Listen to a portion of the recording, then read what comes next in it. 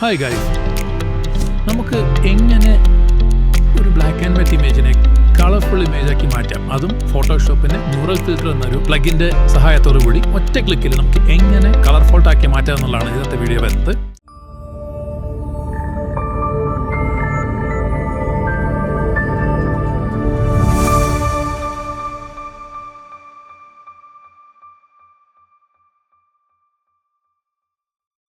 അപ്പോൾ ആദ്യം തന്നെ നമ്മൾ എന്താ ചെയ്യണമെന്ന് വെച്ചാൽ ക്യാൻവാസിൽ നമ്മൾ ബ്ലാക്ക് ആൻഡ് വൈറ്റ് ഫോട്ടോ നമ്മൾ ഇമ്പോർട്ട് ചെയ്തു.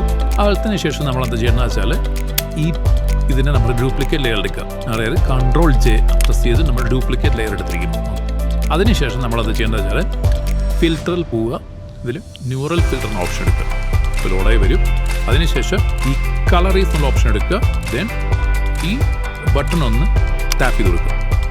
ടാപ്പ് ചെയ്ത ശേഷം അതാ നമ്മുടെ കളർഫുൾ ഫോട്ടോ ആയിട്ട് മാറിയിരിക്കുന്നുണ്ട്, black and white photo. Then നമ്മൾ എന്ത് ചെയ്യണം, ഓക്കെ കൊടുക്കുക. ഓക്കെ കൊടുത്തു കഴിഞ്ഞാൽ നമ്മുടെ ഇവിടെ കളർ ഫോട്ടോ ഉണ്ട്, ബ്ലാക്ക് ആൻഡ് വൈറ്റ് ഫോട്ടോ ഉണ്ട്.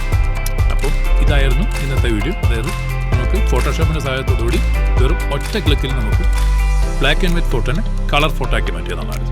അപ്പം ഈ വീഡിയോ വൈൻഡപ്പ് ചെയ്യുന്നതിന് മുന്നേയായിട്ട് ഞാൻ ചെയ്ത കുറച്ച് ഫോട്ടോസ് ഉണ്ട് ഇതേപോലെ, അത് ഞാൻ കാണിച്ചിട്ട് ഞാൻ ഈ വീഡിയോ വൈൻഡപ്പ് ചെയ്യാം.